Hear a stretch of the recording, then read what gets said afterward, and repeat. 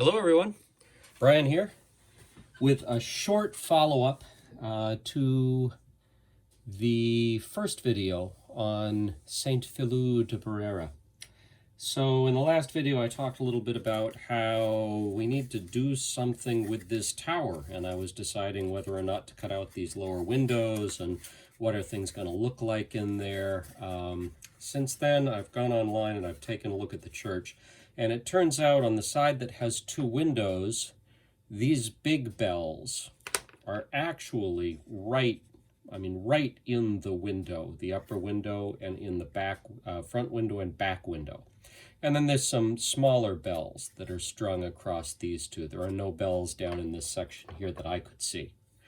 So that gives me a little better idea. I was thinking these things needed to be deep in there and on their own scaffolding, and now I've just got to find a way to hang them, and they are, you know, pretty much the same width as that.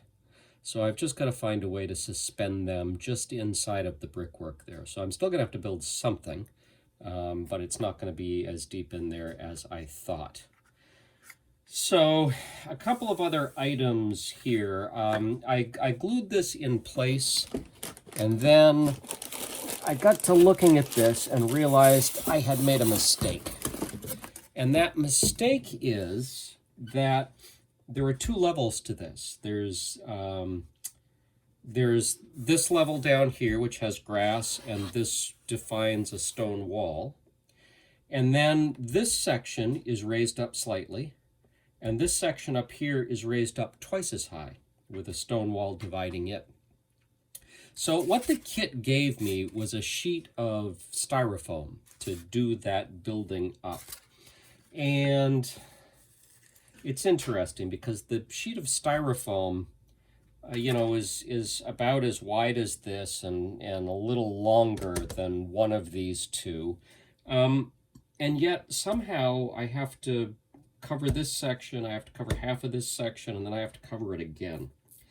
So, but then I realized if I glue everything down, it's going to be really hard. What I should have done is I should have put down a piece of tracing paper, and I should have traced these walls, and then I should have cut out the tracing paper, laid it on the styrofoam, and cut the styrofoam out. That would have been the easy way to do it. So, in fact, that's what I did. I took a piece of tracing paper, or I took a piece of art paper, and I laid it down, and I cut around the sections that were open here, and then I laid it on my styrofoam, and I cut the styrofoam out. So this is fine. This gives me my first level.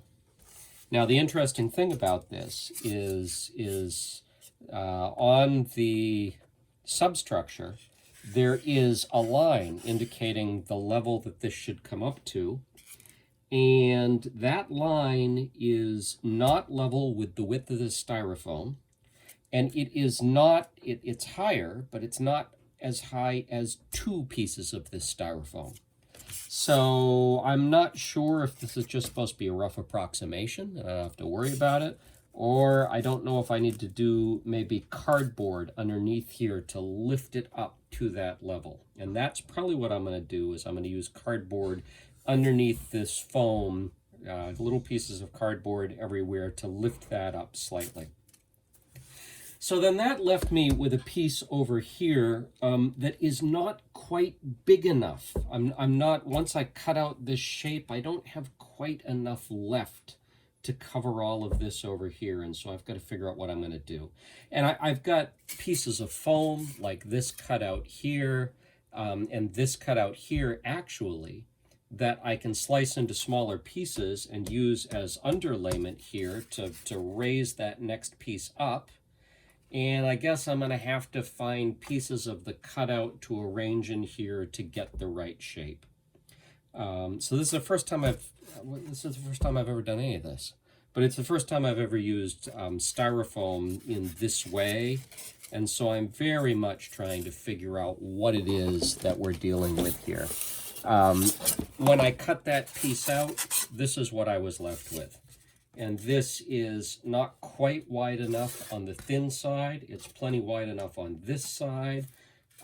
So you know, I guess all of this is to say, they do give you the styrofoam, and it's not like you can't go down to the art store and pick yourself up another piece of styrofoam, but if you're trying to just make do with what's in the kit, it's going to take a little bit of creative engineering. So that was the styrofoam piece of this. Now, what are we doing with the tower? On the tower, I decided to go ahead and cut out these lower windows. And at bare minimum, even if I leave this inside white, at bare minimum, I'm going to lay down a platform here and here. And I'm going to use pieces of balsa wood to create a wooden floor here and a wooden floor here.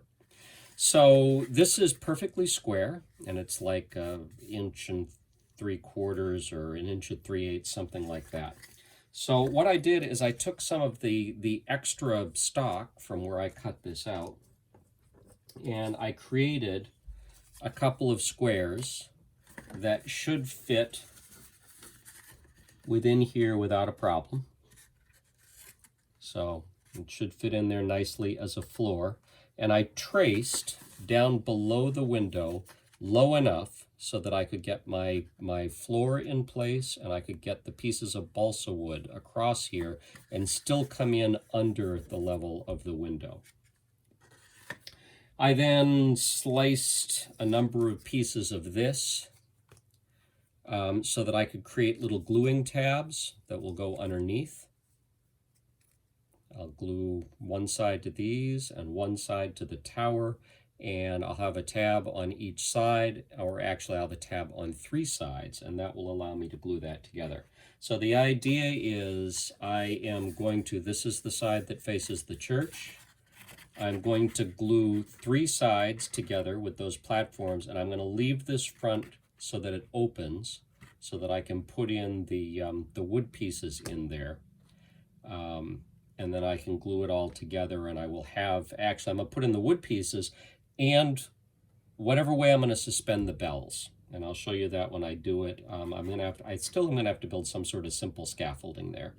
And then I've got the idea that I might actually want to find a way to do the little bells, and I might actually want to find a way to put ropes in there that you would have had for these bells, and allow those ropes to hang down through this section as well, so that you kind of see the ropes for the bells going down through there. So that was those pieces and these pieces. I've still got a few more to cut out. And that's the way I'm going to approach that. So probably what I'm going to do next is glue together the tower, or at least the front of the tower, and I've still got to decide what I'm doing on the inside here. You don't have, when you end up with the bells in the front here, you're not really going to have an opportunity to see the interior too much through there, but you will through either of these sides, and you will through the front and the back here. And so I still feel like there ought to be something on the surfaces here that probably would be stone in the actual church, rather than, say, plaster. I could get away with white if I were trying to simulate plaster here, but it's probably stone. And so I've still got to figure out what it is I'm doing there. All of this is way too much detail, right? There's no reason why you can't put this model together exactly as it's delivered, and chances are most people will never get closer enough to it to care, and even if they do, it's a model, and they'll understand that, you know, you don't detail every single piece of this thing. It'll be impressive enough to look at without this, but in my mind, this is kind of part of what makes this fun and personalizes it, right? If I'm going to build this model, what am I going to do a little differently from everybody else? What can I do to make it interesting and mine? So that's what I'm doing with the bell tower. I don't see anything else in the building where I'll be able to see inside, and so I'm not really worried. This is the one thing I can do to make this a little bit interesting.